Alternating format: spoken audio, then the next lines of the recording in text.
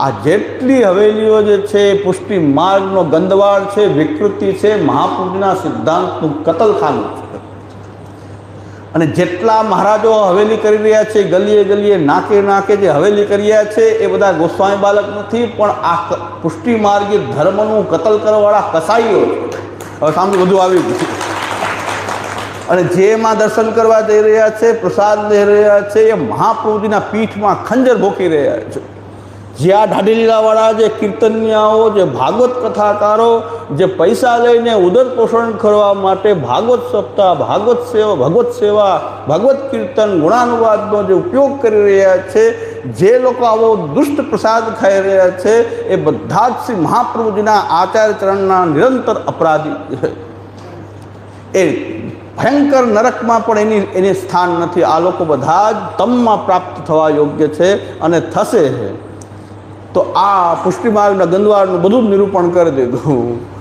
બીજી વાર આને યાદ ન કરવું પડે એટલે કહી દઉં, આ બધા મહારાજ નથી પણ કસાય છે કે જેમ જે ક્રૂરતાથી શ્રી મહાપ્રભુના સિદ્ધાંતની કતલ કરી રહ્યા છે, એવા કસાઈઓ છે કે જે હવેલી ખોલી ખોલીને બેઠા છે, જે હવેલી નામે ઠાકોરજીના નામે પૈસા માંગી રહ્યા છે કે લાવો આ મનોરથના પૈસા, આ મનોરથના પૈસા. એને અડવાથી, એને જોવાથી પણ પાપ લાગે છે. એ વલ્લભકુલ નથી, એ વલ્લભકુલના કલંકો છે. એટલું સમજી લ્યો બસ.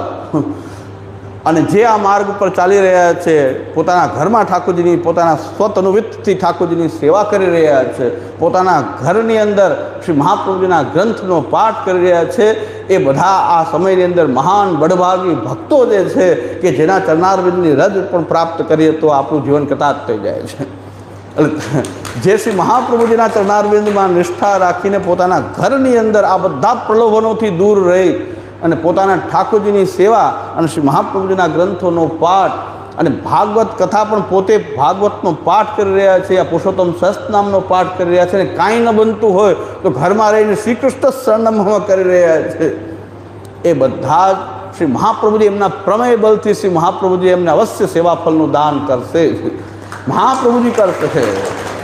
જે મહાપ્રભુજીના ચરણારવિંદમાં બેસીને શ્રી કૃષ્ણ શરણમમાં પણ કરી રહ્યા છે, એ પણ શ્રી મહાપ્રભુજી એને પણ ફલદાન કરવા સમર્થ છે. પણ આ બધા પાપીઓ, આ બધા નાલાયકો જે છે, એ બધા પુષ્ટિ માર્ગનો ખાલી સ્વાંગ ધારણ કરેલો છે, ધોતી બંડીને તિલક ધારણ કરેલા છે, એ બધા મહાન પાપીઓ છે, અઘોર નરકના વાસી છે કે જ્યાં સુધી સૃષ્ટિનો લય ન થાય ત્યાં સુધી નરકમાંથી બહાર નહીં નીકળે. અત્યારે જેટલી મજા કરવી એટલી કરી લ્યો, પણ જ્યાં સુધી સૃષ્ટિનો લય નહીં થાય ત્યાં સુધી આ બધા બહાર નીકળી શકશે નહીં. પછી એ વલ્લભકુલ હોય કે વૈષ્ણવકુલ હોય કે એમાં બધા જ આવી ગયા.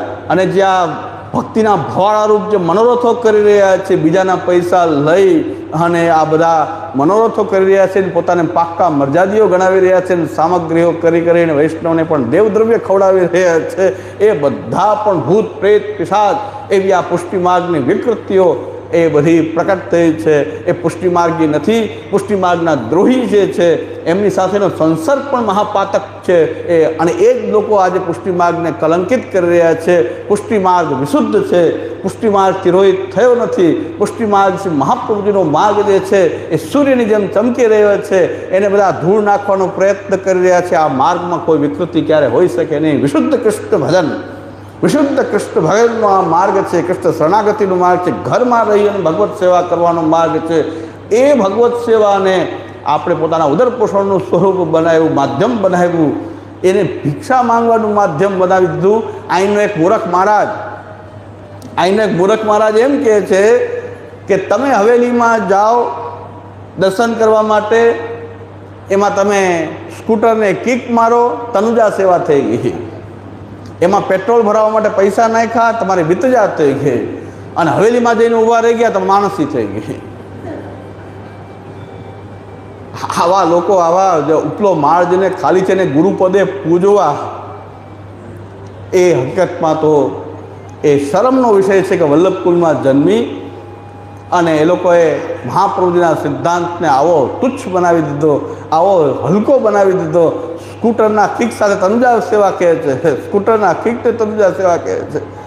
ઠાકોરજીની સેવા કરવાની જરૂર નથી, સ્કૂટરને કિક મારવાની જરૂર છે.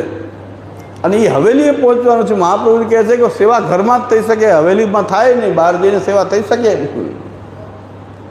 તો અને એ આ જે વિકૃત માર્ગ, જે પુષ્ટિ માર્ગ જે છે, એને જે પ્રોત્સાહન આપી રહ્યા છે એ બધા પણ મહાપાતકી છે, શ્રી મહાપ્રભુજીના અપરાધી. આનાથી આપણે જો બચેલા છીએ તો શ્રી મહાપ્રભુજીની આપણી પર પૂર્ણ કૃપા છે અને મહાપ્રભુજી એટલા સમર્થ છે. તો એક વાત, બીજી વાત કહી દઉં, ઘણાને એમ થાય કે સેવા કરીએ નહીં તો સેવાનું ફળ મળે, પણ ઠાકુરજી અને મહાપ્રભુજી એટલા સમર્થ છે કે જો આપણી નિષ્ઠા જો સાચી છે આ સુમાર્ગ પ્રત્યે, ઠાકુરજી પ્રત્યે આપણો ભક્તના મનોરથ ક્યારેય ભગવાન પૂરણ ન કરે એવું બને જ નહીં. ભલે આ જન્મની આવતે જન્મે પણ ભગવાન ભક્તોના મનોરથ પૂર્ણ કરે જ છે. અને શ્રી મહાપ્રભુજીનું નામ પણ ભક્તિ ઈચ્છા પૂરક, શ્રી મહાપ્રભુજીનું પણ નામ છે. અને ભક્તના મનોરથ ભક્તજન કલ્પ વૃક્ષ રૂપ, એ ભગવાન ભક્તજન કલ્પ વૃક્ષ છે. ભક્તજન કલ્પ વૃક્ષાય નમઃ. શ્રી મહાપ્રભુજી એમ કહે છે ભક્તજનના કલ્પ વૃક્ષ છે, કલ્પ વૃક્ષ પાસે માંગવો એ મળે. આપણે બીજું કંઈ નથી માંગી રહ્યા, પ્રભુ આપની સેવા માંગી રહ્યા છીએ. તો પ્રભુ કેમ સેવાનું દાન નહીં કરે? કોઈ લૌકિક સુખ ભોગ નથી માંગી રહ્યા, આપની સેવા માંગી રહ્યા છે. તો પ્રભુ આપની સેવાનો મનોરથ કોઈનો હશે તો ભગવત સેવા કેમ પ્રદાન ન કરે? કરશે. સેવા, કથા, આ બધામાં જે ભગવદ અનુભૂતિ જે છે, ભગવાન સાથેનો જે અનુભવ જે છે, બસ મુખ્ય ફલ તો એ ભગવાન છે. અને એ તો સ્વરૂપ આપણને પ્રાપ્ત થઈ ગયું છે. ઠાકોરજીની સેવામાં જે સ્વરૂપ આપણને બિરાજે છે એ કોઈ મૂર્તિ છે ને એનાથી કોઈ ભગવાનનું કોટિક અંદર લાવણ્ય રૂપ કંઈક અલગ છે એવું તો છે ને. તો જે ભગવાનનો અનુભવ કરવાનો છે એ ઠાકોરજી આપણને સેવ્ય રૂપમાં પહેલાં પ્રાપ્ત છે. એટલે ભગવાન એવ હિ ફલમ સયથા આવિર્ભવે ભુવિ ગુણ સ્વરૂપ ભેદે ન તથા તેષામ ફલમ ભવે. આ મૂળ વસ્તુ આ છે કે સંયોગમાં પણ ભગવદ અનુભૂતિ છે એટલે ફલ છે સંયોગ, વિપ્રયોગમાં પણ ભગવાનની અનુભૂતિ છે એટલે પણ એ ફલ છે. એટલે સર્વ રીતે ભગવાનનો અનુભવ એ ફલ છે. હવે અલગ અલગ ટીકાકારો અલગ અલગ રીતે ફલાનુભૂતિનું વર્ણન કરી રહ્યા છે. એની અંદર જે શ્રી મૂલચંદ તેલીવાલાનો જે નિષ્કર્ષ છે બહુ સુંદર છે. મૂલચંદ તેલીવાલા કે ભાઈ હરિરાયજી કહે છે કે વિપ્રયોગ મુખ્ય ફલ છે એ અલૌકિક સામર્થ્ય વિપ્રયોગ છે.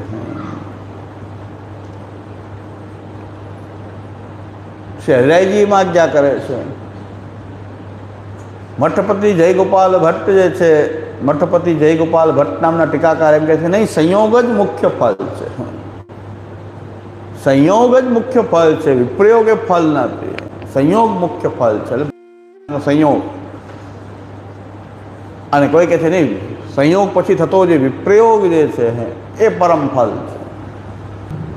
કોઈ એમ કહે છે કે પુષ્ટિ માર્ગની અંદર 3 પ્રકારના જીવ છે, 3 પ્રકારનું ભગવાનનું વર્ણ છે. પુષ્ટિ પુષ્ટિ, પુષ્ટિ મર્યાદા, પુષ્ટિ પ્રવાહ. અને એના આધારે આ 3 ફલ છે. પુષ્ટિ સેવાનું ફલ જે છે અલૌકિક સામર્થ્ય છે, પુષ્ટિ મર્યાદા સેવાનું ફલ છે સાયુજ્ય છે, અને પુષ્ટિ પ્રવાહ સેવાનું ફલ જે છે એ સેવો ઉપયોગી દેહ વૈકુંઠાદિશુ છે. તો આ એક અલગ પાછો પ્રકાર છે કે 3 પ્રકારથી સેવાના પણ 3 પ્રકાર થયા. પુષ્ટિ સેવા, પુષ્ટિ મર્યાદા સેવા અને પુષ્ટિ પ્રવાહ સેવા. હા, તો કોઈ ટીકાકાર લક્ષ્મણ ભટ્ટ, એ લક્ષ્મણ ભટ્ટ ટીકાકાર જે છે, લક્ષ્મણ ભટ્ટજી ટીકાકાર એ એમ કહી રહ્યા છે કે આ 3 ફલ શું કામ કહેવામાં આવ્યા છે? અતિ અંતરંગ, અંતરંગ અને બહિરંગ, આ 3 પ્રકારની સેવાના 3 ફલ છે. અતિ અંતરંગ સેવાનું ફલ, અંતરંગ સેવાનું ફલ અને બહિરંગ સેવાનું ફલ. એ 3 પ્રકારની સેવા હોવાથી એ ત્રણેય સેવાનું આ ફલ 3 પ્રકારથી થાય છે. એટલે અહીં 3 ફલ છે: અલૌકિક સામર્થ્ય, સાહિત્ય, સેવા ઉપયોગી દેહ વૈકુંઠાદિ.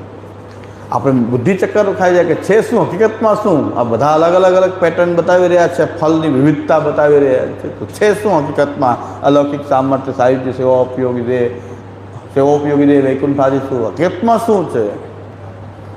તો એનું સુંદર સમાધાન જે છે એ મૂલચંદ તેલીવાલાએ એમના સેવાફલના લેખમાં કરેલું છે.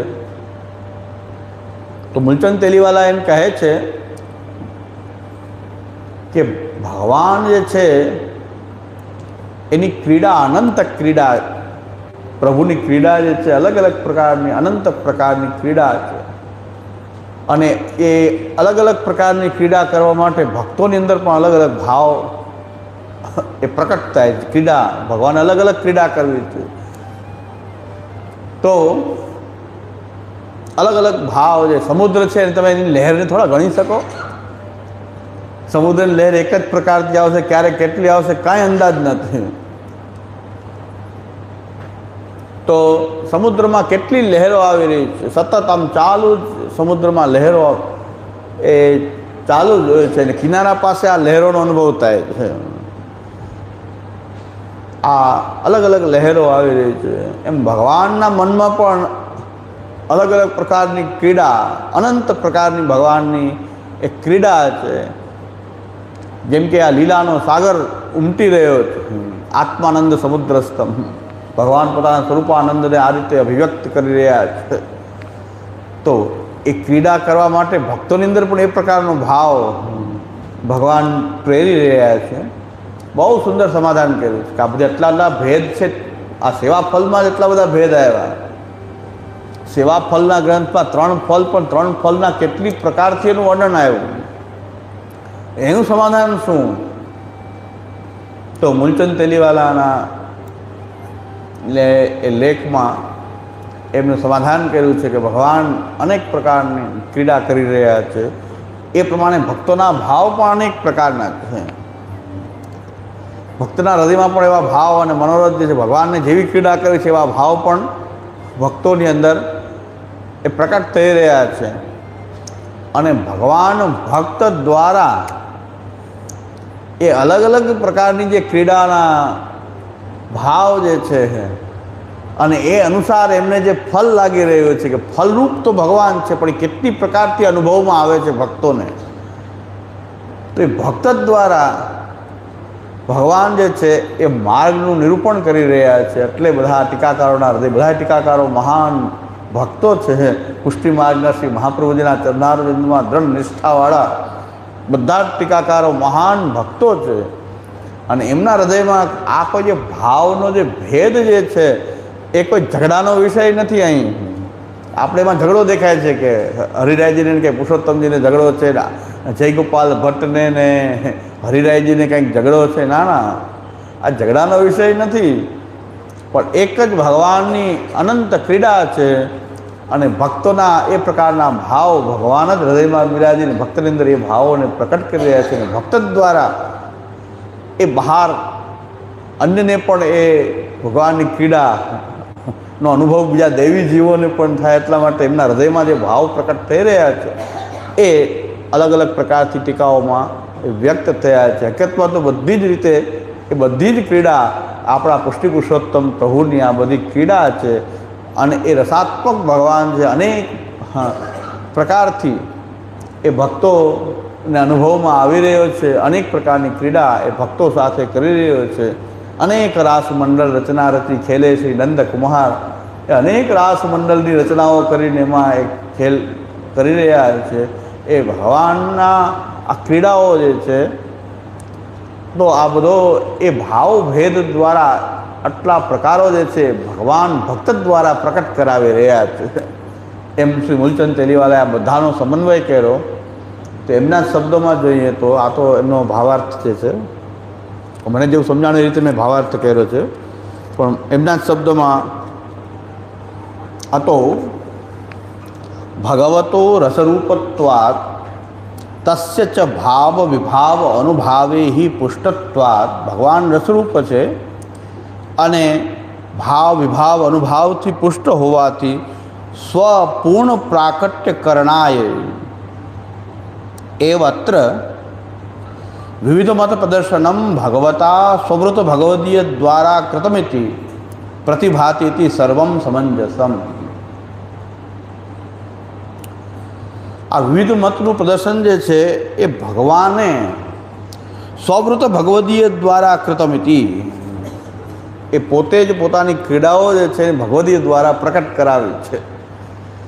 એટલે આ માર્ગમાં ફલાનુભૂતિ કેટલી પ્રકારથી થઈ શકે એ ભક્તો દ્વારા ઠાકુરજીએ આ પ્રકટ કરાવી છે. એટલે વિવિધ મત પ્રદર્શનમ ભગવતા સ્વવૃત ભગવદીય દ્વારા કૃતમિતિ, એટલે એ પોતાનો માર્ગ જે છે એ ભગવદીય દ્વારા એ બતાવ્યો છે એવું સમજાય છે. એટલે બધી જ ટીકાઓની અંદર કોઈ પ્રકારનો મતભેદ નથી, પણ ભાવભેદ છે.